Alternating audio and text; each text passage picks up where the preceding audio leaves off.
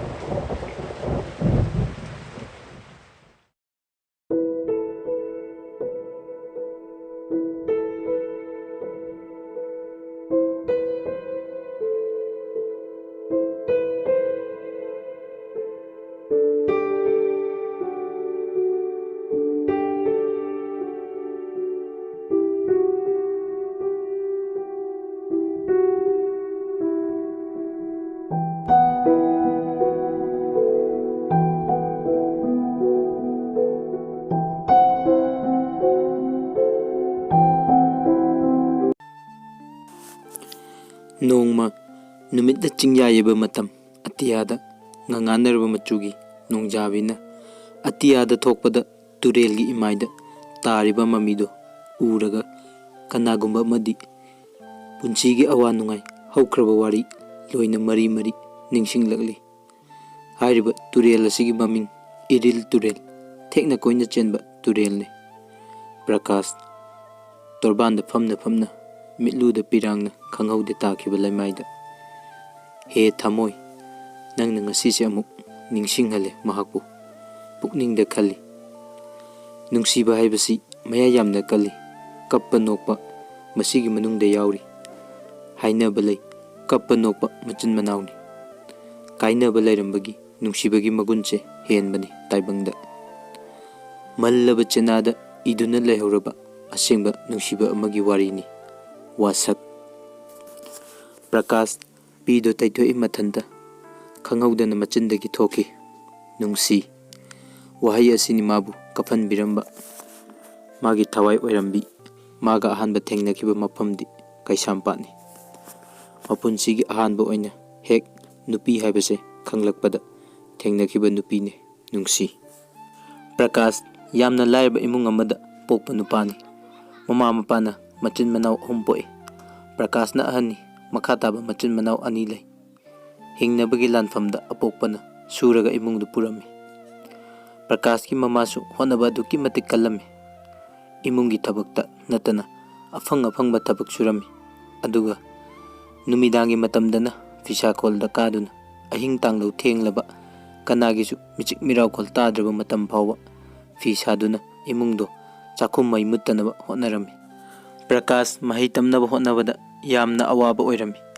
ningba thungdabana masaruk oina haurakhi chaba machet thakpa machet oina chaba phangdaba imung oirami Prakashki imung Prakashna mahi tamlakpada electric bulb amagi mangal fawba thanba ngamdaba imung oibana bulbki mangalda lairik paba phanglakte sumna tangi thangoi podolga mingsel kairaba lemtangi mangalda lairik mayekto parakhi Prakashki mama mapana yamna wana hotnaduna mahakpu miraktenna hotnakhi high school living certificate 10 exam tharamdaida boarding da Prakash laiba taki adubu upaidi laite sen yaudana imungi awatpa menaba yaujaba marupto kakthatke aduga machabu boarding da thamki hainaba lai ina khunba tarana lairba mabu sagutpa ngamde haibadi lairba ki michang laite mateng pangbinaba watli haibani matamna kanabusu ngaibide asum haukhibana exam thakre wana honajabagi mahai phangle exam haidorakpada Prakash exam pass tawre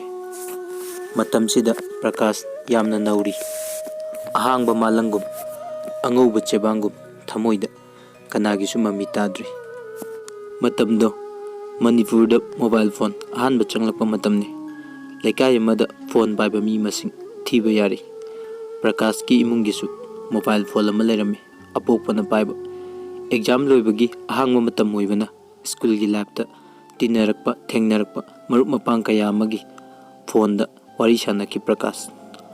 Prakashki mamanabi amana Prakashta marup karaida tamagena hanglakhi ꯃꯇꯝ ꯈꯔꯒꯤ ꯇꯨꯡꯗ ꯐꯣꯟꯗ ꯃꯇꯝꯁꯤꯗ Prakash 11 standard ꯀꯥꯔꯦ ꯑꯅꯛꯄ higher secondary ꯑꯃꯗ ꯄ꯭ꯔꯀꯥꯁꯅ ꯈꯨꯝꯃꯤ ꯃꯔꯨꯞ ꯑꯩꯗꯤ ꯁꯤꯗ ꯑꯗꯨꯝ ꯇꯝꯃꯦꯗ ꯅꯣꯏꯒ ꯃꯥꯟꯅꯅ ꯇꯝꯕꯁꯨ ꯐꯪꯗ꯭ꯔꯦ ꯅꯣꯏꯗ ꯑꯥꯗ ꯇꯝꯂꯝꯒꯅꯤꯅꯦ ꯃꯃꯥꯟꯅꯕꯤꯅ ꯈꯨꯝꯃꯛꯑꯦ ꯚꯥꯏ ꯑꯩꯗꯤ ꯅꯨꯄꯤ ꯉꯥꯛꯇ ꯇꯝꯕ ꯃꯐꯝꯗ ꯇꯝꯃꯦ TG ꯍꯥꯌꯔ ꯁꯦꯀꯦꯟꯗꯔꯤꯗ ꯄꯨꯟꯁꯤꯒꯤ ꯑꯉꯟꯕ ꯑꯌꯨꯛꯅꯤ ꯊꯃꯣꯏꯗ ꯅꯨꯡꯁꯤꯕ ꯍꯥꯏꯕꯗꯣ ꯂꯥꯛꯄ ꯃꯇꯝ ꯌꯧꯔꯛꯈꯤ ꯄ꯭ꯔꯀꯥꯁꯀꯤꯁꯨ ꯌꯦꯅꯤꯡꯊꯥ ꯂꯥꯛꯄꯗ ꯀꯔꯝꯕ ꯎꯄꯥꯜꯅ ꯌꯦꯅꯤꯡ ꯍꯨꯟꯗꯕ ꯌꯥꯎꯕꯒꯦ ꯄ꯭ꯔꯀꯥꯁꯀꯤ ꯊꯃꯣꯏꯁꯨ ꯌꯦꯅꯤꯡꯊꯥ ꯍꯥꯏꯕꯗꯣ ꯌꯧꯔꯛꯈꯤ ꯈꯪꯍꯧꯗꯅ ꯃꯥꯒꯤ ꯃꯔꯨꯞꯅ ꯅꯣꯡꯃ ꯐꯣꯟꯗ ꯀꯅꯥꯒꯨꯝꯕꯤ ꯑꯃꯒꯤ ꯅꯝꯕꯔ ꯄꯤꯔꯛꯈꯤ ꯈꯪꯅꯧ ꯍꯥꯏꯗꯅ ꯑꯗꯨꯕꯨ ꯀꯟꯗꯤꯁꯟ ꯑꯃꯗ ꯄꯤꯔꯛꯈꯤꯕꯅꯤ ꯀꯅꯥꯁꯨ ꯈꯪꯍꯜꯂꯛꯀꯅꯨ ꯅꯪꯅ ꯊꯣꯛꯄ ꯇꯧꯔꯒ ꯍꯪꯉꯣ ꯃꯥꯅ ꯄꯤꯕꯅꯤ ꯍꯥꯏꯕ ꯌꯥꯔꯣꯏ ꯍꯥꯏꯔꯝꯃꯤ ꯄ꯭ꯔꯀꯥꯁꯁꯨ ꯌꯥꯔꯝꯃꯤ ꯍꯣꯏ ꯃꯔꯨꯞ ꯑꯩ ꯀꯅꯥꯗꯁꯨ ꯍꯥꯏꯔꯔꯣꯏ ꯑꯩꯅ ꯊꯣꯛꯄ ꯇꯧꯔꯒꯦ ꯃꯔꯨꯞ ꯊꯝꯈ꯭ꯔꯦ ꯐꯣꯟ ꯄ꯭ꯔꯀꯥꯁ ꯋꯥꯗꯣ ꯍꯥꯏꯔꯒ ꯃꯇꯝꯗꯣ ꯑꯁꯤꯠ ꯑꯋꯥꯟꯊꯥꯒꯤ ꯎꯄꯥꯜꯅ ꯃꯅꯥ ꯀꯦꯟꯗꯨꯅ ꯃꯔꯨ ꯏꯀꯣꯛ ꯀꯣꯛꯄ ꯃꯇꯝꯅꯤ ꯃꯥꯂꯪꯕ ꯅꯨꯡꯁꯤꯠꯅ ꯃꯥꯏꯀꯩ ꯈꯪꯗꯅ ꯍꯨꯝꯗꯨꯅ ꯄꯨꯔꯤ ꯑꯀꯪꯕ ꯎꯅꯥꯁꯤꯡꯗꯣ ꯄ꯭ꯔꯀꯥꯁꯀꯤ ꯊꯃꯣꯏꯁꯨ ꯑꯉꯥꯎꯕ ꯃꯥꯂꯪꯒꯨꯝꯕꯅꯤ ꯄꯜꯂꯤꯐꯝ ꯈꯪꯗ꯭ꯔꯤꯕ ꯅꯣꯡꯃ ꯄ꯭ꯔꯀꯥꯁꯅ ꯑꯍꯥꯟꯕ ꯑꯣꯏꯅ ꯃꯣꯕꯥꯏꯜꯗ ꯃꯦꯁꯦꯖ ꯊꯥꯏ ꯄꯤꯔꯛꯄ ꯅꯝꯕꯔꯗꯨꯗ ꯆꯥꯛ ꯆꯥꯔꯕꯣ ꯚꯥꯏ ꯀꯔꯤꯒꯤꯅꯣ ꯈꯪꯗꯕ ꯃꯤꯍꯨꯜ ꯑꯃ ꯆꯣꯡꯂꯛꯈꯤ ꯄ꯭ꯔꯀꯥꯁ ꯌꯥꯝꯅ ꯇꯌꯥꯡꯗ ꯁꯣꯏꯅꯔꯝꯃꯤ ꯍꯥꯏꯐꯝ ꯈꯪꯗꯦ ꯃꯦꯁꯦꯖꯇꯣ ꯌꯧꯈ꯭ꯔꯦ ꯃꯤꯍꯨꯜꯗꯤ ꯂꯦꯞꯇ꯭ꯔꯦ ꯗꯪ ꯗꯪ ꯅꯨꯃꯤꯠꯇꯨꯒꯤ ꯅꯨꯃꯤꯗꯥꯡꯗ ꯈꯪꯍꯧꯗꯅ ꯃꯦꯁꯦꯖ ꯑꯃ ꯂꯥꯛꯈꯤ ꯀꯅꯥ ꯑꯣꯏꯔꯕꯅꯣ ꯉꯥꯏꯍꯥꯛ ꯇꯨꯃꯤꯟꯅ ꯂꯩ ꯄ꯭ꯔꯀꯥꯁ ꯑꯗꯨꯒ ꯋꯥꯈꯜ ꯇꯧꯔꯦ ꯄꯨꯛꯅꯤꯡꯗ ꯈꯜꯂꯤ ꯅꯨꯄꯥꯅꯕꯨ ꯀꯩꯗꯧꯒꯦ ꯃꯁꯤ ꯍꯦꯛꯇ ꯍꯥꯏꯖꯤꯜꯂꯒꯦꯅ ꯄ꯭ꯔꯀꯥꯁꯅ ꯌꯥꯝꯅ ꯂꯨꯅ ꯇꯤꯟꯅꯕ ꯃꯃꯥꯟꯅꯕ ꯑꯃꯗ ꯃꯦꯁꯦꯖ ꯊꯥꯕ ꯁꯥꯔꯒ ꯚꯥꯏ ꯅꯪ ꯑꯩ ꯈꯪꯗ꯭ꯔꯕꯣ ꯁ꯭ꯀꯨꯜ ꯂꯥꯛꯇ꯭ꯔꯤꯕ ꯀꯔꯤꯒꯤꯅꯣ ꯔꯤꯄ꯭ꯂꯥꯏ ꯍꯜꯂꯝꯃꯤ ꯀꯅꯥꯗ ꯊꯥꯕ ꯑꯣꯏꯔꯕꯅꯣ ꯑꯩꯗꯤ ꯅꯪꯒꯤ ꯐ꯭ꯔꯦꯟ ꯅꯠꯇꯦ ꯅꯝꯕꯔꯁꯦ ꯆꯦꯛ ꯑꯃꯨꯛꯇ ꯇꯧꯕꯤꯌꯣꯅ ꯃꯦꯁꯦꯖ ꯍꯜꯂꯛꯑꯝꯃꯤ ꯄ꯭ꯔꯀꯥꯁꯇꯤ ꯈꯪꯅ ꯈꯪꯅ ꯇꯧꯔꯤꯕꯅꯤ ꯑꯗꯨꯅ ꯉꯝꯅꯕ ꯈꯨꯝꯃꯦ ꯑꯗꯣ ꯅꯝꯕꯔꯁꯦ ꯁꯣꯏꯔꯝꯃꯦ ꯀꯅꯥ ꯑꯣꯏꯔꯕꯅꯣ ꯃꯤꯡ ꯂꯩꯐꯝ ꯂꯣꯏꯅ ꯍꯪꯂꯦ ꯃꯊꯪ ꯄ꯭ꯔꯀꯥꯁꯅ ꯄꯥꯎꯈꯨꯝ ꯄꯤꯔꯛꯈꯤ ꯑꯩꯒꯤ ꯃꯤꯡ ꯅꯨꯡꯁꯤ ꯆꯔꯥꯡꯄꯥꯠꯇꯒꯤꯅꯦ ꯑꯗꯣ ꯍꯧꯖꯤꯛꯇꯤ ꯌꯥꯏꯔꯤꯄꯣꯛꯇ ꯂꯩꯔꯦ ꯑꯁꯨꯝꯅ ꯋꯥꯍꯩ ꯈꯔ ꯍꯥꯏꯅꯔꯕ ꯃꯇꯨꯡ ꯅꯨꯃꯤꯠꯇꯣ ꯍꯧꯈ꯭ꯔꯦ ꯕꯁꯟꯇ ꯌꯧꯔꯛꯂꯦ ꯄ꯭ꯔꯀꯥꯁꯀꯤ ꯊꯃꯣꯏ ꯉꯁꯤꯗꯤ ꯏꯉꯥꯎ ꯉꯥꯎꯔꯝꯕꯗꯣ ꯅꯨꯡꯁꯤꯒ ꯇꯞꯅ ꯂꯣꯏꯅꯔꯛꯄꯗꯒꯤ ꯈꯪꯅꯔꯛꯈꯤ ꯋꯥꯔꯤ ꯐꯥꯎꯕ ꯁꯥꯟꯅꯕ ꯍꯧꯔꯛꯈꯤ ꯃꯇꯥꯡꯁꯤꯗ ꯅꯨꯡꯁꯤꯒꯤ ꯋꯥꯔꯤ ꯃꯇꯦꯛ ꯑꯃ ꯂꯤꯔꯛꯀꯦ ꯅꯨꯡꯁꯤ ꯃꯔꯥꯏꯕꯛ ꯊꯤꯕ ꯅꯨꯄꯤ ꯃꯆꯥ ꯑꯃ ꯑꯣꯏꯔꯝꯃꯤ ꯑꯋꯥꯠ ꯑꯄꯥ ꯂꯩꯇ꯭ꯔꯕꯁꯨ ꯄꯨꯝꯅꯃꯛ ꯁꯦꯟꯅ ꯄꯩꯁꯥꯅ ꯂꯩꯕ ꯌꯥꯗꯕ ꯑꯃꯈꯛꯅꯤ ꯃꯥꯒꯤ ꯃꯐꯝꯗ ꯋꯥꯠꯂꯤꯕꯁꯤ ꯃꯤꯑꯣꯏꯕꯒꯤ ꯃꯤꯅꯨꯡꯁꯤ ꯃꯗꯨꯁꯨ ꯇꯥꯏꯕꯪꯄꯥꯜꯗ ꯁꯣꯟꯅꯔꯤꯕ ꯀꯣꯔꯧ ꯅꯣꯡꯃꯗꯣꯜ ꯃꯥꯅ ꯋꯥꯡꯕ꯭ꯔꯥ ꯄꯟꯊꯧ ꯏꯄꯥꯅ ꯃꯋꯥꯡꯉꯤ ꯍꯥꯏꯅꯔꯤꯕ ꯑꯄꯣꯛꯄ ꯃꯄꯥꯒꯤ ꯃꯤꯅꯨꯡꯁꯤꯗꯤ ꯃꯥꯒꯤ ꯁꯔꯨꯛ ꯇꯝꯕꯤꯔꯝꯗ꯭ꯔꯦ ꯅꯣꯡꯗꯝꯕꯅ ꯂꯃꯈꯥꯡꯗ ꯍꯨꯝꯗꯨꯅ ꯄꯨꯕꯤꯈꯤꯕꯅꯤ ꯃꯤꯅꯨꯡꯁꯤꯗꯣ ꯃꯐꯝꯗꯒꯤ ꯁꯦꯠꯇꯨꯅ ꯑꯗꯨꯅ ꯃꯥꯒꯤ ꯃꯐꯝꯗ ꯃꯄꯥꯒꯤ ꯏꯈꯧ ꯂꯥꯡꯕꯗꯤ ꯂꯦꯞꯈꯤꯗꯦ ꯇꯥꯏꯕꯪꯄꯥꯜꯁꯤꯗ ꯃꯄꯥ ꯂꯩꯅ ꯃꯄꯥꯒꯤ ꯃꯤꯅꯨꯡꯁꯤ ꯐꯪꯖꯗ꯭ꯔꯕ ꯃꯆꯥ ꯑꯃꯒꯤ ꯊꯃꯣꯏ ꯀꯔꯤ ꯑꯣꯏꯔꯝꯒꯅꯤ ꯃꯄꯥꯜ ꯊꯣꯡꯗ ꯍꯔꯥꯎ ꯃꯤꯅꯣꯛ ꯇꯝꯖꯔꯁꯨ ꯃꯣꯡꯕ ꯁꯪꯒꯥꯏꯗ ꯈꯣꯝꯂꯦꯟꯅ ꯇꯥꯔꯛꯄ ꯃꯇꯝꯗ ꯀꯔꯤꯒꯤ ꯅꯤꯡꯁꯤꯡꯂꯝꯂꯣꯏ ꯃꯃꯥꯟꯅꯕ ꯀꯌꯥꯅ ꯃꯄꯥꯗ ꯑꯣꯏꯅꯖꯕꯗꯣ ꯃꯥꯒꯤꯗꯤ ꯐꯪꯈꯤꯗ꯭ꯔꯕꯅꯤ ꯑꯗꯨꯝ ꯀꯅꯥꯁꯨ ꯄꯥꯝꯕ ꯅꯠꯇꯦ ꯑꯗꯨꯕꯨ ꯅꯣꯡꯗꯝꯕꯅ ꯇꯝꯈꯤꯕꯅ ꯅꯨꯡꯁꯤ ꯑꯄꯣꯛꯄ ꯃꯄꯥꯒ ꯂꯩꯃꯤꯟꯅꯕ ꯐꯪꯂꯝꯗꯦ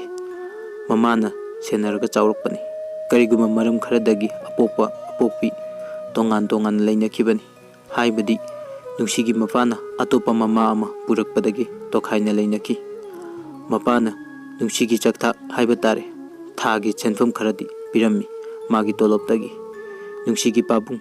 ꯃꯅꯤꯄꯨꯔꯤ ꯄꯨꯂꯤꯁ ꯗꯤꯄꯥꯔꯠꯃꯦꯟꯇꯗ ꯍꯋꯜꯗꯥꯔꯒꯤ ꯐꯝ ꯄꯨꯔꯝꯃꯤ ꯅꯨꯡꯁꯤ ꯄꯣꯛꯂꯕ ꯃꯇꯨꯡꯗ ꯑꯇꯣꯞꯄ ꯅꯨꯄꯤ ꯑꯃ ꯊꯤꯔꯒ ꯂꯩꯈꯤꯕꯅꯤ ꯀ꯭ꯋꯥꯇꯔꯗ ꯅꯨꯡꯁꯤꯒꯤ ꯃꯅꯥꯎ ꯅꯨꯄꯥ ꯑꯃ ꯂꯩ ꯃꯃꯥ ꯑꯅꯤꯁꯨꯕꯅ ꯄꯣꯛꯄꯅꯤ ꯅꯨꯡꯁꯤꯒꯤ ꯏꯃꯨꯡ ꯌꯥꯝꯅ ꯋꯥꯕ ꯍꯥꯏꯕꯗꯨꯗꯤ ꯑꯣꯏꯔꯝꯗꯦ ꯍꯤꯡꯅꯕꯒꯤ ꯂꯥꯟꯐꯝꯗ ꯄꯥꯟ ꯗꯨꯀꯥꯟ ꯑꯃ ꯇꯧꯏ ꯃꯈꯣꯏꯒꯤ ꯏꯃꯨꯡꯗꯣ ꯑꯄꯣꯛꯄꯤꯒ ꯃꯥꯒꯅ ꯐꯝꯃꯤ ꯅꯨꯡꯁꯤ ꯂꯩꯁꯥ ꯄꯨꯡꯀꯛ ꯐꯥꯔꯛꯇꯨꯅ ꯍꯧꯖꯤꯛ 11 ꯁ꯭ꯇꯦꯟꯗꯔ ꯀꯥꯔꯦ TG ꯍꯥꯌꯔ ꯁꯦꯀꯦꯟꯗꯔꯤꯗ ꯋꯥꯔꯤ ꯃꯈꯥ ꯑꯃꯨꯛ ꯄ꯭ꯔꯀꯥꯁ ꯅꯨꯡꯁꯤꯕꯗ ꯂꯨꯞꯄ ꯍꯧꯔꯛꯈꯤ ꯅꯨꯡꯁꯤꯕꯒꯤ ꯃꯄꯥꯎ ꯉꯥꯏꯕꯗ ꯃꯇꯝ ꯀꯌꯥ ꯍꯧꯈꯤꯕ ꯈꯪꯍꯧꯗꯦ ꯃꯇꯝ ꯃꯥꯒꯤ ꯈꯣꯡꯆꯠ ꯀꯅꯥꯁꯨ ꯇꯝꯕ ꯉꯝꯗꯦ ꯏꯉꯥꯎ ꯉꯥꯎꯅ ꯂꯩꯔꯝꯕ ꯄ꯭ꯔꯀꯥꯁ ꯉꯁꯤꯗꯤ ꯅꯨꯡꯁꯤꯕ ꯃꯥꯒꯤꯗꯃꯛ ꯄꯨꯝꯅꯃꯛ ꯀꯠꯊꯣꯛꯄ ꯉꯝꯒꯅꯤ ꯈꯟꯕ ꯃꯇꯝꯗꯣ ꯌꯧꯔꯛꯈꯤ ꯅꯨꯡꯁꯤ ꯑꯃꯗꯤ ꯄ꯭ꯔꯀꯥꯁ ꯅꯨꯡꯇꯤꯒꯤ ꯋꯥꯔꯤ ꯁꯥꯟꯅꯍꯧꯗꯕ ꯌꯥꯗꯕꯒꯨꯝ ꯑꯃꯅ ꯑꯃꯕꯨ ꯍꯧꯅꯔꯨꯕ ꯂꯩꯇꯅ ꯋꯥꯔꯤ ꯁꯥꯟꯅꯈꯤ ꯉꯥꯏꯍꯥꯛ ꯂꯩꯇꯅ ꯕꯁꯟꯇ ꯂꯥꯛꯄꯗꯒꯤ ꯎꯄꯥꯜꯅ ꯌꯦꯅꯤꯡ ꯍꯨꯟꯕꯒꯨꯝ ꯅꯨꯡꯁꯤ ꯌꯦꯅꯤꯡꯍꯨꯜꯂꯦ ꯄ꯭ꯔꯀꯥꯁꯀꯤꯁꯨ ꯑꯁꯥ ꯀꯌꯥ ꯑꯃꯁꯨ ꯁꯥꯒꯠꯆꯈꯤ ꯃꯪꯂꯥꯟ ꯑꯣꯏꯅ ꯄ꯭ꯔꯀꯥꯁꯀ ꯅꯨꯡꯁꯤꯒ ꯁꯛ ꯈꯪꯅꯅꯕꯅꯤ ꯍꯥꯏꯗꯨꯅ ꯐꯣꯇꯣ ꯊꯥꯔꯛꯎ ꯍꯥꯏꯅꯈꯤ ꯄ꯭ꯔꯀꯥꯁꯀꯤ ꯃꯃꯥꯟꯅꯕꯤ ꯑꯃ ꯂꯩꯕꯗꯨꯗ ꯄꯤꯔꯛꯎ ꯐꯣꯇꯣꯗꯣꯅ ꯍꯥꯏꯕꯗꯒꯤ ꯅꯨꯡꯁꯤꯒꯤ ꯐꯣꯇꯣ ꯃꯃꯥꯟꯅꯕꯤꯗ ꯄꯤꯔꯛꯈꯤ ꯏꯟꯚꯦꯂꯞ ꯑꯃꯗ ꯆꯦꯠꯅ ꯍꯥꯞꯇꯨꯅ ꯅꯣꯡꯃ ꯄ꯭ꯔꯀꯥꯁꯇ ꯃꯃꯥꯟꯅꯕꯤꯗꯨꯅ ꯚꯥꯏ ꯅꯪꯒꯤ ꯄꯣꯠ ꯑꯃ ꯄꯤꯔꯛꯑꯦ ꯂꯧꯕ ꯑꯝꯇ ꯂꯥꯛꯑꯣꯅ ꯍꯥꯏꯔꯛꯈꯤ ꯄ꯭ꯔꯀꯥꯁ ꯄꯥꯎꯗꯨ ꯇꯥꯕꯗ ꯊꯃꯣꯏ ꯃꯊꯨꯝ ꯃꯔꯥꯡ ꯍꯧꯈꯤ ꯇꯧꯐꯝ ꯈꯪꯈꯤꯗꯦ ꯈꯨꯗꯛꯇ ꯎꯅꯤꯡꯈꯤ ꯅꯨꯡꯁꯤ ꯃꯥꯒꯤ ꯁꯛꯇꯝꯗꯣ ꯃꯇꯝꯁꯤꯗ ꯉꯥꯎꯔꯣꯏꯗꯕ ꯀꯅꯥ ꯂꯩꯕꯒꯦ ꯅꯨꯡꯁꯤꯕꯒꯤ ꯃꯁꯛ ꯎꯅꯤꯡꯕꯅ ꯉꯥꯎꯔꯕ ꯄ꯭ꯔꯀꯥꯁ ꯁꯥꯏꯀꯜ ꯑꯃ ꯇꯣꯡꯗꯨꯅ ꯃꯃꯥꯟꯅꯕꯤꯒꯤ ꯌꯨꯝꯗ ꯆꯠꯂꯝꯃꯤ ꯑꯗꯨꯒ ꯐꯣꯇꯣꯗꯨ ꯄꯨꯔꯛꯈꯤ ꯍꯜꯂꯛꯄꯒꯤ ꯂꯝꯕꯤꯗꯤ ꯌꯨꯝ ꯌꯧꯈꯤꯕ ꯈꯪꯍꯧꯗ꯭ꯔꯦ ꯄ꯭ꯔꯀꯥꯁ ꯋꯥꯈꯜ ꯑꯃꯗ ꯇꯥꯎꯗꯨꯅ ꯂꯥꯛꯄꯅ ꯄ꯭ꯔꯀꯥꯁꯀꯤ ꯃꯤꯍꯨꯟ ꯆꯣꯡꯕ ꯍꯧꯔꯛꯈꯤ ꯗꯪ ꯗꯪ ꯂꯦꯞꯇ꯭ꯔꯦ ꯍꯔꯥꯎꯕꯣꯏ ꯄꯥꯈꯠꯄꯣꯏ ꯃꯤꯍꯨꯟꯗꯨ ꯆꯣꯡꯕ ꯄ꯭ꯔꯀꯥꯁ ꯃꯥꯒꯤ ꯇꯨꯝꯐꯝ ꯐꯃꯨꯡꯗ ꯐꯣꯇꯣ ꯏꯟꯚꯦꯂꯞꯇꯣ ꯄꯨꯁꯤꯜꯂꯒ ꯍꯥꯡꯇꯣꯛꯄ ꯍꯧꯔꯛꯈꯤ ꯀꯔꯤꯕꯨ ꯑꯣꯏꯔꯝꯒꯗꯕ ꯋꯥꯈꯜꯗ ꯁꯥꯒꯠꯆꯕ ꯅꯨꯡꯁꯤꯒꯤ ꯃꯥꯏꯊꯣꯡꯗꯣ ꯉꯁꯤ ꯎꯖꯕ ꯐꯪꯉꯤ ꯄ꯭ꯔꯀꯥꯁ ꯐꯣꯇꯣ ꯁꯠꯇꯣꯔꯛꯑꯦ ꯇꯞꯅ ꯍꯥꯏꯅꯕ ꯂꯩ ꯅꯨꯡꯁꯤꯕꯒꯤ ꯃꯥꯏꯊꯣꯡ ꯎꯕꯁꯤꯗꯤ ꯊꯃꯣꯏꯗ ꯀꯔꯤꯅꯣꯃ ꯐꯥꯎꯋꯦꯅ ꯅꯨꯡꯁꯤꯒꯤ ꯐꯣꯇꯣꯗꯨ ꯎꯕꯗ ꯄ꯭ꯔꯀꯥꯁ ꯉꯥꯏꯍꯥꯛꯇꯤ ꯃꯤꯆꯥꯟꯅꯈꯤ ꯐꯣꯇꯣꯗꯨꯗ ꯇꯨꯃꯤꯟ ꯃꯨꯟꯅ ꯌꯦꯡꯖꯈꯤ ꯑꯗꯨꯒ ꯊꯃꯣꯏꯗ ꯃꯣꯃꯣꯟ ꯅꯣꯛꯆꯈꯤ ꯅꯨꯡꯁꯤꯒꯤ ꯁꯛꯇꯝꯗꯣ ꯃꯥꯏꯊꯣꯡꯗꯅ ꯄꯨꯔꯅꯤꯃꯥ ꯊꯥꯖꯒꯨꯝ ꯉꯝꯖꯕꯤꯅꯤ ꯀꯣꯏꯗꯥꯅꯩ ꯇꯥꯊꯔꯛꯄꯗ ꯂꯤꯔꯨꯡ ꯇꯦꯟꯒꯨꯝꯅ ꯀꯣꯜꯂꯤꯕ ꯄꯤꯁꯨꯝ ꯑꯅꯤꯗꯣ ꯀꯌꯥꯒꯤ ꯃꯇꯤꯛ ꯐꯖꯩ ꯀꯣꯏꯔꯥꯎꯅꯕꯤ ꯃꯤꯁꯅꯥ ꯑꯅꯤ ꯑꯗꯨꯒ ꯃꯣꯃꯣꯟ ꯃꯤꯅꯣꯛ ꯑꯃꯁꯨ ꯇꯝꯂꯝꯃꯤ ꯍꯥꯏꯐꯦꯠ ꯅꯣꯛꯐꯦꯠ ꯇꯧꯅ ꯀꯨꯇꯛ ꯇꯧꯕꯤ ꯈꯖꯥꯏꯗ ꯇꯉꯥꯡ ꯇꯉꯥꯡꯉꯤ ꯃꯔꯧ ꯂꯩꯅ ꯌꯦꯡꯕ ꯃꯥꯜꯂꯤ ꯃꯥꯒꯤ ꯁꯛꯇꯝꯗꯣ ꯃꯁꯤ ꯎꯔꯨꯕꯗ ꯄ꯭ꯔꯀꯥꯁꯀꯤ ꯊꯃꯣꯏ ꯀꯔꯤ ꯑꯣꯏꯔꯝꯒꯅꯤ ꯑꯃꯨꯛꯇ ꯎꯗ꯭ꯔꯤꯕ ꯐꯖꯔꯕ ꯁꯛꯇꯝꯗꯨꯅ ꯃꯥꯕꯨ ꯁꯨꯝꯍꯠꯈ꯭ꯔꯦ ꯄꯨꯛꯅꯤꯡꯗ ꯈꯜꯂꯤ ꯅꯪꯕꯨ ꯑꯩꯒꯤ ꯅꯨꯡꯁꯤ ꯈꯪꯍꯧꯗꯦ ꯄ꯭ꯔꯀꯥꯁꯀꯤ ꯃꯆꯤꯟꯗꯒꯤ ꯊꯣꯛꯈꯤ ꯋꯥꯍꯩ ꯅꯨꯡꯁꯤ ꯉꯥꯏꯍꯥꯛ ꯉꯥꯛꯅꯕꯒꯨꯝ ꯂꯩꯈꯤ ꯃꯤꯀꯨꯞꯇꯨꯒꯤ ꯇꯨꯡꯗ ꯄ꯭ꯔꯀꯥꯁ ꯋꯥꯈꯜ ꯇꯥꯔꯛꯈꯤ ꯑꯗꯨꯒ ꯅꯣꯛꯈꯤ ꯏꯍꯦ ꯑꯩꯅ ꯇꯧꯔꯤꯁꯤꯕꯨ ꯀꯔꯤꯅꯣ ꯑꯩꯗꯤ ꯋꯥꯈꯜ ꯑꯃꯗ ꯇꯥꯎꯔꯦꯗꯅ ꯃꯃꯥꯅ ꯏꯕꯨꯡꯉꯣ ꯆꯥꯛ ꯆꯥꯔꯨ ꯂꯥꯛꯑꯣ ꯅꯪꯕꯣ ꯊꯦꯡꯉꯦꯅꯦ ꯀꯧꯔꯛꯈꯤ ꯄ꯭ꯔꯀꯥꯁꯇ ꯄ꯭ꯔꯀꯥꯁꯅ ꯐꯣꯇꯣꯗꯨ ꯅꯨꯡꯁꯤꯅ ꯆꯨꯞꯂꯒ ꯃꯥꯒꯤ ꯃꯣꯟ ꯃꯈꯥꯗ ꯊꯅꯝꯂꯒ ꯍꯧꯒꯠꯂꯛꯈꯤ ꯐꯃꯨꯡꯗꯒꯤ ꯆꯥꯛ ꯆꯥꯐꯝ ꯌꯧꯔꯦ ꯉꯁꯤꯗꯤ ꯄ꯭ꯔꯀꯥꯁ ꯃꯊꯟꯗ ꯏꯀꯥꯏꯕ ꯑꯃ ꯐꯥꯎꯔꯦ ꯆꯥꯛ ꯆꯥꯕꯗ ꯃꯃꯥꯒꯤ ꯃꯃꯥꯡꯗ ꯆꯥꯛꯇꯣ ꯆꯥꯐꯝ ꯊꯛꯐꯝ ꯈꯪꯂꯝꯗꯦ ꯆꯥꯛꯈꯣꯝ ꯑꯃ ꯑꯅꯤ ꯆꯥꯔꯒ ꯏꯃꯥ ꯑꯩ ꯉꯁꯤꯗꯤ ꯆꯥꯛ ꯌꯥꯝ ꯂꯥꯝꯗ꯭ꯔꯦ ꯍꯥꯏꯔꯒ ꯍꯧꯒꯠꯂꯛꯈꯤ ꯅꯨꯃꯤꯠꯇꯨꯒꯤ ꯅꯨꯃꯤꯗꯥꯡꯗ ꯅꯨꯡꯁꯤꯒꯤ ꯐꯣꯟ ꯂꯥꯛꯑꯝꯃꯤ ꯄ꯭ꯔꯀꯥꯁ ꯅꯍꯥꯟꯈꯩꯒ ꯃꯥꯟꯅꯗ꯭ꯔꯦ ꯀꯔꯤꯕꯨ ꯍꯥꯏꯔꯛꯇꯧꯔꯤꯕ ꯈꯟꯕꯗ ꯐꯣꯟꯗꯨ ꯇꯞꯅ ꯑꯣꯛꯂꯝꯃꯤ ꯑꯗꯨꯒ ꯍꯜꯂꯣ ꯅꯨꯡꯁꯤꯅ ꯍꯥꯏꯔꯝꯃꯤ ꯅꯨꯡꯁꯤꯅ ꯑꯩꯒꯤ ꯐꯣꯇꯣ ꯐꯪꯂꯕꯣ ꯏꯃꯥꯟꯅꯕꯤꯗ ꯄꯤꯈꯤꯕꯅꯤ ꯄ꯭ꯔꯀꯥꯁꯅ ꯐꯪꯉꯦ ꯅꯨꯡꯁꯤ ꯅꯪꯁꯦ ꯌꯥꯝꯅ ꯐꯖꯩ ꯅꯨꯡꯁꯤ ꯅꯪꯗꯤ ꯅꯃꯥꯏꯒꯁꯦ ꯀꯣꯏꯗꯥꯅꯩ ꯈꯖꯥꯏꯒꯁꯦ ꯉꯥꯡꯇꯛ ꯇꯧꯋꯦ ꯑꯩꯗꯤ ꯄꯨꯡꯉꯥꯎ ꯉꯥꯎꯔꯦꯕꯣ ꯅꯨꯡꯁꯤꯅ ꯈꯨꯝꯃꯛꯑꯦ ꯍꯥ ꯅꯪꯁꯨ ꯑꯩꯕꯨ ꯌꯥꯝꯅ ꯊꯥꯒꯠꯄꯤꯔꯦꯗ ꯀꯩꯁꯨ ꯐꯖꯗꯕꯅꯤꯀꯣ ꯄ꯭ꯔꯀꯥꯁꯅ ꯈꯪꯗꯦ ꯑꯩꯗꯤ ꯅꯪꯕꯨ ꯁꯦꯡꯅ ꯅꯨꯡꯁꯤꯕꯒꯤ ꯑꯣꯏꯔ ꯃꯥꯜꯂꯦ ꯅꯪꯉꯣꯟꯗ ꯄꯨꯡꯉꯥꯎ ꯉꯥꯎꯔꯦ ꯑꯩꯗꯤ ꯅꯨꯡꯁꯤ ꯃꯁꯤ ꯍꯥꯏꯅꯔꯒ ꯄ꯭ꯔꯀꯥꯁ ꯑꯃꯗꯤ ꯅꯨꯡꯁꯤ ꯊꯋꯥꯏ ꯇꯥꯅ ꯅꯣꯛꯂꯝꯃꯤ ꯃꯤꯠꯀꯨꯞꯁꯤꯅꯤ ꯃꯌꯥꯝꯅ ꯇꯥꯟꯅꯔꯤꯕ ꯄꯨꯛꯃꯦꯟ ꯄꯥꯎꯃꯤꯟꯅꯕꯒꯤ ꯅꯨꯡꯉꯥꯏꯕ ꯃꯤꯀꯨꯞ ꯍꯥꯏꯕꯗꯣ ꯅꯨꯃꯤꯠꯇꯨꯃ ꯂꯣꯏꯈ꯭ꯔꯦ ꯅꯨꯡꯁꯤ ꯋꯥꯔꯤꯇꯅ ꯄꯨꯝꯊꯟ ꯊꯜꯂꯒ ꯃꯊꯪꯒꯤ ꯅꯨꯃꯤꯠꯇ ꯎꯆꯦꯛ ꯋꯥꯌꯥ ꯀꯌꯥꯅ ꯅꯨꯡꯁꯤꯅ ꯈꯣꯡꯂꯤ ꯑꯌꯨꯛꯀꯤ ꯐꯖꯕ ꯃꯁꯛ ꯍꯥꯞꯇꯨꯅ ꯀꯣꯔꯍꯣꯟꯕ ꯃꯥꯅ ꯊꯣꯛꯇ꯭ꯔꯤꯉꯩ ꯑꯍꯤꯡꯒꯤ ꯂꯤꯛꯂꯥ ꯇꯝꯐꯥ ꯌꯥꯏ ꯇꯤꯡꯒꯣꯏ ꯃꯇꯣꯜꯗ ꯂꯪꯅ ꯃꯅꯤ ꯃꯨꯛꯇꯥꯒꯨꯝ ꯉꯥꯟꯊꯣꯏꯔꯤ ꯕꯁꯟꯇꯒꯤ ꯃꯇꯝ ꯑꯣꯏꯕꯅ ꯑꯀꯣꯏꯕꯗꯣ ꯄꯨꯝꯁꯪ ꯁꯪꯂꯝꯃꯤ ꯌꯦꯡꯕꯒꯤ ꯄꯦꯟꯕ ꯅꯥꯏꯗꯦ ꯑꯇꯤꯌꯥꯁꯨ ꯁꯪꯕꯥꯟꯅꯔꯝꯃꯤ ꯂꯩꯆꯤꯜ ꯅꯣꯡꯐꯥꯏ ꯑꯃꯠꯇ ꯊꯥꯡꯗ꯭ꯔꯕ ꯅꯨꯃꯤꯠ ꯑꯃꯁꯨ ꯑꯣꯏꯔꯝꯃꯤ ꯄ꯭ꯔꯀꯥꯁ ꯅꯣꯡꯉꯥꯟꯕꯒꯤ ꯎꯆꯦꯛ ꯋꯥꯌꯥ ꯀꯌꯥꯅ ꯈꯣꯡꯕꯗꯣ ꯇꯥꯔꯒ ꯍꯧꯒꯠꯂꯛꯏ ꯑꯗꯨꯒ ꯊꯣꯡꯅꯥꯎꯗꯣ ꯍꯥꯡꯗꯣꯛꯏ ꯌꯦꯡꯊꯣꯛꯈꯤꯕꯗ ꯇꯥꯝꯅ ꯎꯔꯤꯕ ꯑꯁꯪꯕ ꯂꯧꯕꯨꯛ ꯂꯝꯍꯥꯡꯗꯣ ꯌꯦꯡꯂꯝꯃꯤ ꯐꯖꯕꯒꯤꯁꯨ ꯃꯄꯥꯜ ꯅꯥꯏꯔꯝꯗꯦ ꯃꯥꯒꯤ ꯊꯣꯡꯅꯥꯎ ꯃꯄꯥꯁꯦ ꯂꯧꯕꯨꯛ ꯎꯏ ꯃꯣꯏꯒꯤ ꯌꯨꯝꯁꯦ ꯂꯧꯕꯨꯛ ꯃꯄꯥꯜ ꯍꯥꯏꯐꯦꯠ ꯅꯛꯅ ꯂꯩꯔꯝꯃꯤ ꯄ꯭ꯔꯀꯥꯁ ꯊꯣꯛꯂꯛꯄꯗ ꯃꯈꯨꯠꯇ ꯅꯨꯡꯁꯤꯒꯤ ꯐꯣꯇꯣ ꯌꯥꯎꯕ ꯏꯟꯚꯦꯂꯞ ꯄꯥꯏꯔꯒ ꯊꯣꯛꯂꯛꯈꯤ ꯑꯗꯨꯒ ꯃꯈꯨꯠꯅ ꯂꯧꯊꯣꯛꯂꯒ ꯑꯁꯪꯕ ꯐꯖꯔꯕ ꯂꯧꯕꯨꯛ ꯂꯣꯝꯗ ꯑꯣꯟꯗꯨꯅ ꯊꯥꯡꯒꯠꯇꯨꯅ ꯌꯦꯡꯂꯝꯃꯤ ꯃꯨꯟꯅ ꯃꯣꯃꯣꯟ ꯅꯣꯛꯆꯩ ꯄ꯭ꯔꯀꯥꯁ ꯑꯌꯨꯛꯀꯤ ꯐꯖꯕꯒ ꯄꯨꯟꯈꯤꯕꯗ ꯅꯨꯡꯁꯤꯒꯤ ꯃꯥꯏꯊꯣꯡꯁꯨ ꯐꯖꯕ ꯍꯦꯟꯒꯠꯂꯝꯃꯤ ꯊꯋꯥꯏ ꯇꯥꯅ ꯌꯦꯡꯂꯤꯉꯩꯗ ꯀꯧꯔꯛꯈꯤ ꯇꯨꯡꯗꯒꯤ ꯄ꯭ꯔꯀꯥꯁꯀꯤ ꯃꯃꯥꯅ ꯏꯕꯨꯡꯉꯣ ꯀꯔꯤꯅꯣ ꯇꯧꯔꯤꯗꯨꯕꯣ ꯀꯅꯥꯒꯤ ꯐꯣꯇꯣꯅꯣ ꯑꯌꯨꯛꯁꯤꯗ ꯄꯥꯏꯔꯒ ꯇꯧꯔꯤꯗꯣ ꯄ꯭ꯔꯀꯥꯁ ꯏꯃꯥ ꯀꯩꯁꯨ ꯅꯠꯇꯦ ꯏꯃꯥ ꯃꯤꯒꯤꯅꯦ ꯍꯥꯏꯗꯣꯛꯈꯤ ꯃꯈꯨꯠꯅ ꯇꯨꯡꯗ ꯄꯥꯏꯗꯨꯅ ꯂꯣꯠꯁꯤꯜꯂꯝꯃꯤ ꯐꯣꯇꯣꯗꯣ ꯄ꯭ꯔꯀꯥꯁ ꯄꯥꯈꯠꯄꯒ ꯏꯀꯥꯏꯕꯒ ꯄꯨꯜꯂꯝꯃꯤ ꯇꯧꯔꯤꯕ ꯃꯇꯧꯗꯣ ꯎꯕꯗ ꯃꯃꯥꯅ ꯉꯥꯎꯁꯤꯟꯅꯅꯨꯀꯣ ꯅꯪ ꯑꯉꯥꯡ ꯌꯥꯝꯅ ꯑꯣꯏꯔꯤꯀꯣ ꯂꯥꯏꯔꯤꯛꯇ ꯄꯨꯛꯅꯤꯡ ꯆꯪꯒꯦꯗꯤ ꯍꯥꯏꯗ꯭ꯔꯒ ꯁꯤ ꯍꯥꯏꯔꯝꯃꯒ ꯇꯨꯃꯤꯟꯅ ꯆꯪꯈ꯭ꯔꯦ ꯏꯃꯨꯡꯗ ꯄ꯭ꯔꯀꯥꯁ ꯉꯁꯤꯗꯤ ꯏꯀꯥꯏ ꯅꯨꯡꯁꯤ ꯌꯥꯅꯩ ꯑꯗꯨꯕꯨ ꯊꯃꯣꯏꯗꯗꯤ ꯃꯣꯃꯣꯟ ꯅꯣꯛꯆꯔꯝꯃꯤ ꯐꯣꯇꯣꯗꯣ ꯏꯃꯨꯡꯗ ꯊꯝꯈ꯭ꯔꯦ ꯑꯗꯨꯒ ꯌꯨꯝꯒꯤ ꯊꯕꯛ ꯂꯣꯏꯁꯤꯜꯂꯝꯃꯤ ꯑꯌꯨꯛꯀꯤ ꯃꯇꯝ ꯈꯔ ꯍꯧꯈ꯭ꯔꯦ ꯁ꯭ꯀꯨꯜ ꯆꯠꯄꯒꯤ ꯃꯇꯝ ꯌꯧꯔꯛꯑꯦ ꯄ꯭ꯔꯀꯥꯁ ꯐꯤ ꯁꯦꯠꯂꯦ ꯂꯣꯏꯁꯤꯜꯂꯦ ꯂꯣꯏꯕꯒ ꯐꯣꯇꯣꯗꯣ ꯃꯥꯒꯤ ꯂꯥꯏꯔꯤꯛ ꯃꯅꯨꯡꯗ ꯍꯥꯞꯆꯤꯟꯈ꯭ꯔꯦ ꯑꯗꯨꯒ ꯆꯥꯛ ꯆꯥꯔꯒ ꯁ꯭ꯀꯨꯜ ꯂꯥꯛꯑꯦ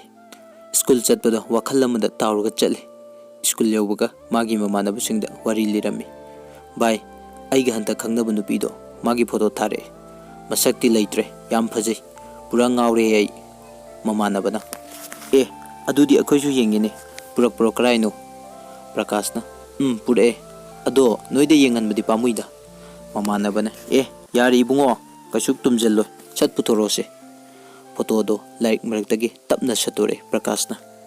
ꯅꯪꯍꯧꯗ꯭ꯔꯦ ꯃꯃꯥꯟꯅꯕꯅ ꯁꯠ ꯂꯥꯛꯈꯤ ꯑꯗꯨꯒ ꯌꯦꯡꯈꯤ ꯋꯥꯎ ꯚꯥꯏ ꯁꯤꯗꯤ ꯐꯖꯩꯅꯦ ꯑꯁ ꯅꯪ ꯅꯗꯥꯎꯗꯤ ꯀꯥꯞꯄꯦꯍꯦ ꯀꯔꯤ ꯂꯝꯗꯒꯤꯅꯣ ꯍꯥꯏꯔꯛꯑꯣ ꯚꯥꯏ ꯑꯃꯨꯛꯇ ꯄ꯭ꯔꯀꯥꯁꯅ ꯚꯥꯏ ꯌꯥꯏꯔꯤꯄꯣꯛꯇꯒꯤꯅꯦ ꯑꯩꯗꯤ ꯑꯃꯨꯛꯇ ꯎꯅꯗ꯭ꯔꯤꯀꯣ ꯃꯃꯥꯟꯅꯕꯅ ꯑꯗꯨꯒꯤꯕꯨ ꯅꯣꯡꯃ ꯆꯠꯂꯒ ꯇꯣꯛ ꯎꯅꯔꯨꯆꯣ ꯅꯨꯄꯥꯅꯕꯨ ꯋꯥꯔꯤ ꯃꯈꯥ ꯈꯔ ꯁꯥꯟꯅꯔꯦ ꯃꯣꯏ ꯑꯅꯤ ꯑꯗꯨꯒ ꯅꯨꯃꯤꯠꯇꯨꯒꯤ ꯁ꯭ꯀꯨꯜ ꯃꯇꯝ ꯂꯣꯏꯔꯗꯨꯅ ꯃꯌꯨꯝꯗ ꯍꯟꯅꯈ꯭ꯔꯦ ꯄ꯭ꯔꯀꯥꯁ ꯍꯟꯇꯛ ꯃꯔꯛꯁꯦ ꯅꯨꯡꯁꯤꯕꯗ ꯄꯨꯔꯥ ꯂꯨꯞꯈ꯭ರೆ ꯇꯨꯝꯕ ꯆꯥꯕ ꯑꯅꯤꯃꯛ ꯃꯥꯒꯤ ꯅꯨꯡꯁꯤ ꯎꯗꯨꯅ ꯂꯩꯔꯝꯃꯤ ꯅꯣꯡꯃ ꯅꯨꯡꯁꯤꯅ ꯄ꯭ꯔꯀꯥꯁꯇ ꯍꯥꯏꯔꯛꯏ ꯑꯩꯒꯤ ꯐꯣꯇꯣ ꯎꯔꯕꯅꯤꯅ ꯅꯪꯒꯤꯁꯨ ꯑꯃꯨꯛ ꯊꯥꯔꯛꯑꯣ ꯍꯥꯏꯔꯛꯈꯤ ꯄ꯭ꯔꯀꯥꯁꯅ ꯐꯣꯇꯣ ꯀꯥꯞꯄ ꯆꯠꯂꯦ ꯃꯇꯝꯁꯤꯗ ꯄ꯭ꯔꯀꯥꯁ ꯍꯛꯆꯥꯡꯒꯁꯦ ꯄꯥꯔꯞ ꯇꯧꯔꯝꯃꯤ ꯐꯣꯇꯣ ꯑꯃ ꯀꯥꯞꯄꯒ ꯄꯨꯔꯛꯑꯦ ꯑꯗꯨꯒ ꯃꯇꯝ ꯈꯔ ꯂꯩꯔꯒ ꯅꯣꯡꯃ ꯄ꯭ꯔꯀꯥꯁ ꯃꯥꯒꯤ ꯃꯃꯥꯟꯅꯕꯤꯒꯤ ꯃꯅꯥꯛꯇ ꯐꯣꯇꯣꯗꯣ ꯊꯤꯟꯕ ꯆꯠꯂꯝꯃꯤ ꯚꯥꯏ ꯁꯤ ꯑꯃꯇ ꯅꯨꯡꯁꯤꯗ ꯄꯤꯕꯤꯌꯨ ꯄꯤꯔꯝꯂꯒ ꯃꯌꯨꯝꯗ ꯍꯜꯂꯛꯈꯤ ꯃꯇꯝꯅ ꯀꯅꯥꯕꯨꯁꯨ ꯉꯥꯏꯕꯤꯗꯦ ꯑꯁꯨꯝ ꯍꯧꯈꯤꯕꯅ ꯄ꯭ꯔꯀꯥꯁ ꯑꯃꯗꯤ ꯅꯨꯡꯁꯤ ꯃꯈꯣꯏ ꯑꯅꯤ ꯅꯨꯡꯁꯤ ꯃꯔꯤ ꯆꯦꯠꯄ ꯍꯦꯟꯒꯠꯂꯛꯏ ꯅꯨꯡꯁꯤꯗ ꯐꯣꯇꯣꯗꯨ ꯄꯤꯔꯝꯃꯤ ꯃꯃꯥꯟꯅꯕꯤꯅ ꯍꯔꯥꯎ ꯍꯔꯥꯎ ꯂꯧꯍꯧꯏ ꯃꯌꯥꯝ ꯄꯨꯟꯅ ꯍꯥꯡꯗꯣꯛꯇꯨꯅ ꯁ꯭ꯀꯨꯜꯗ ꯌꯦꯡꯂꯝꯃꯤ ꯄ꯭ꯔꯀꯥꯁꯀꯤ ꯐꯣꯇꯣꯗꯣ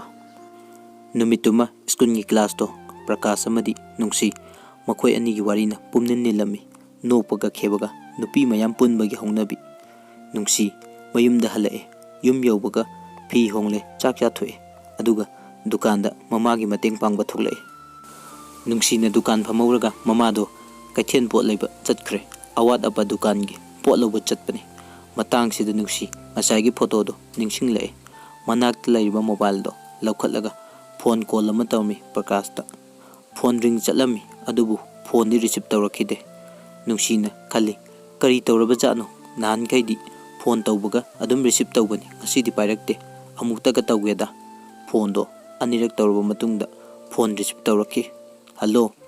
ꯀꯩꯗꯧꯔꯦ ꯐꯣꯟ ꯄꯥꯏꯗ꯭ꯔꯗꯤ ꯇꯨꯃꯤꯟ ꯂꯩꯔꯤꯗꯣ ꯀꯩꯗꯧꯔꯒꯦ ꯉꯥꯛꯇꯪ ꯂꯩꯔꯒ ꯐꯣꯟꯗꯒꯤ ꯑꯩ ꯃꯃꯥꯅꯤ ꯀꯅꯥꯅꯣ ꯀꯔꯥꯏꯗꯒꯤꯅꯣ ꯍꯪꯂꯛꯈꯤ ꯅꯨꯡꯁꯤꯅ ꯃꯤꯍꯨꯟ ꯗꯪ ꯗꯪ ꯆꯣꯡꯂꯝꯃꯤ ꯏꯃꯥ ꯑꯩ ꯃꯃꯥꯟꯅꯕꯤꯅꯦ ꯌꯥꯏꯔꯤꯄꯣꯛꯇꯒꯤꯅꯦ ꯁꯤ ꯍꯥꯏꯔꯒ ꯄꯥꯈꯠꯇꯅ ꯐꯣꯟꯗꯣ ꯀꯛꯊꯠꯈꯤ ꯇꯟꯖꯥꯗꯨꯗ ꯃꯤ ꯄꯣꯠ ꯂꯩꯕ ꯂꯥꯛꯑꯦ ꯄꯣꯠ ꯇꯝꯃꯤ ꯅꯨꯡꯁꯤ ꯅꯨꯃꯤꯠꯁꯤꯒꯤ ꯅꯨꯃꯤꯗꯥꯡꯗ ꯄ꯭ꯔꯀꯥꯁꯇ ꯃꯃꯥꯅ ꯆꯥꯛ ꯆꯥꯔꯤꯀꯥꯟꯗ ꯌꯥꯝꯅ ꯇꯞꯅ ꯍꯥꯏꯔꯛꯏ ꯏꯕꯨꯡꯉꯣ ꯅꯄꯥꯒꯤ ꯐꯣꯟꯁꯤꯗ ꯅꯨꯄꯤ ꯃꯆꯥ ꯑꯃ ꯐꯣꯟ ꯇꯧꯔꯛꯂꯝꯃꯤ ꯅꯪꯒꯤ ꯅꯃꯥꯟꯅꯕꯤꯅꯦꯅ ꯍꯥꯏ ꯌꯥꯏꯔꯤꯄꯣꯛꯇꯒꯤ ꯀꯅꯥꯅꯣ ꯑꯗꯨꯕꯨ ꯄ꯭ꯔꯀꯥꯁ ꯄꯥꯈꯠꯂꯦ ꯆꯥꯛꯇꯣ ꯍꯨꯞꯄ ꯆꯞ ꯂꯦꯞꯄꯤ ꯉꯥꯡꯂꯛꯇꯧꯕ ꯃꯥꯟꯗꯅ ꯏꯁꯤꯡ ꯌꯥꯎꯝ ꯑꯃ ꯊꯛꯆꯤꯜꯂꯦ ꯑꯗꯨꯒ ꯈꯨꯝꯃꯤ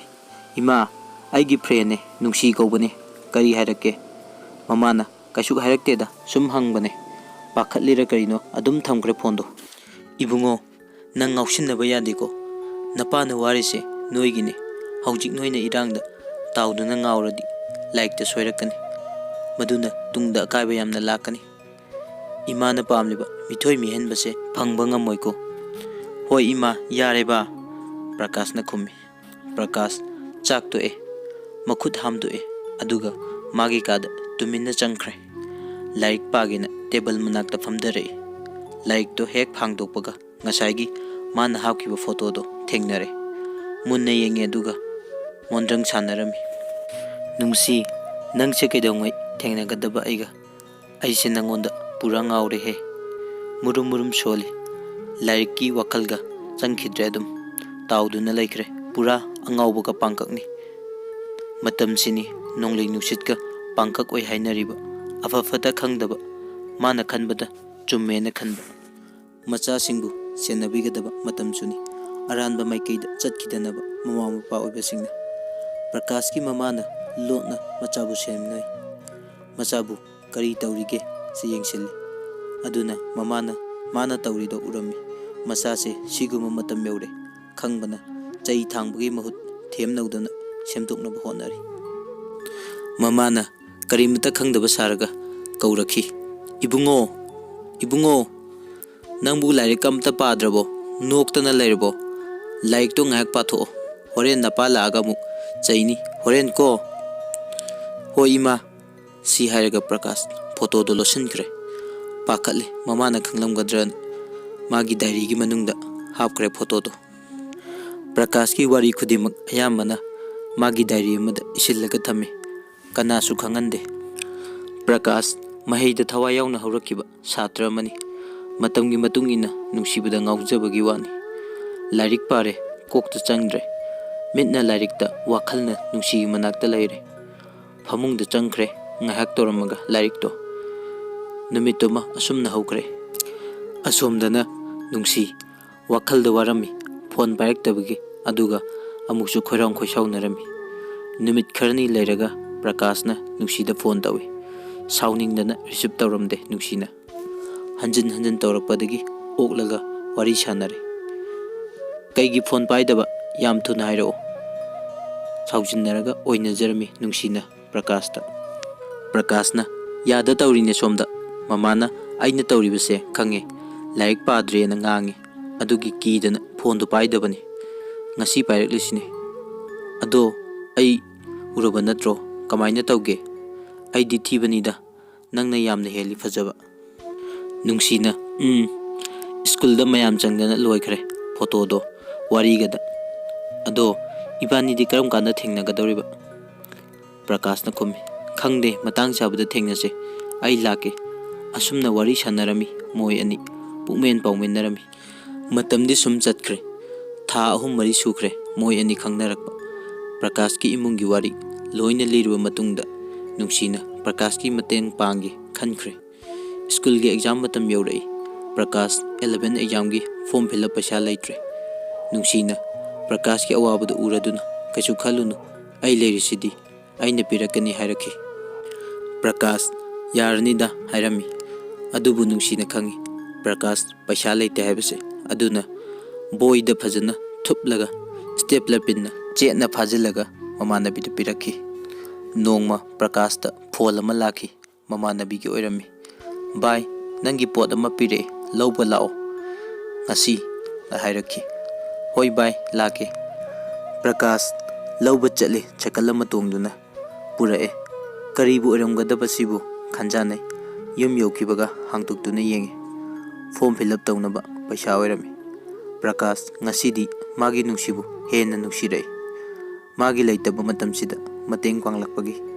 maga amukta unadriba mana asi yongna khanbirakpasida exam gi form fill up tawkhre Prakash exam chu thare loigare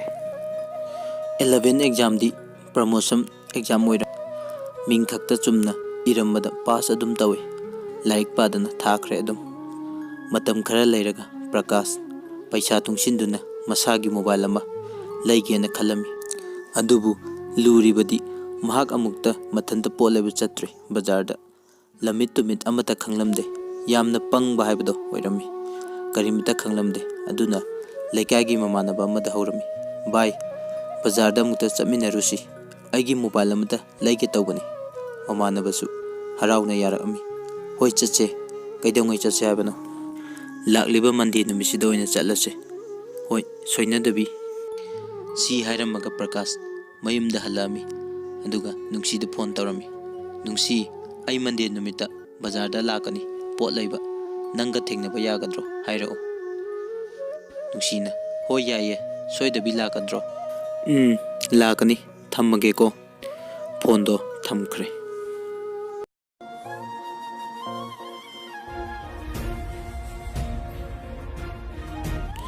ꯃꯌꯥꯝꯗ episode 1 episode 5 ꯐꯥꯎꯕ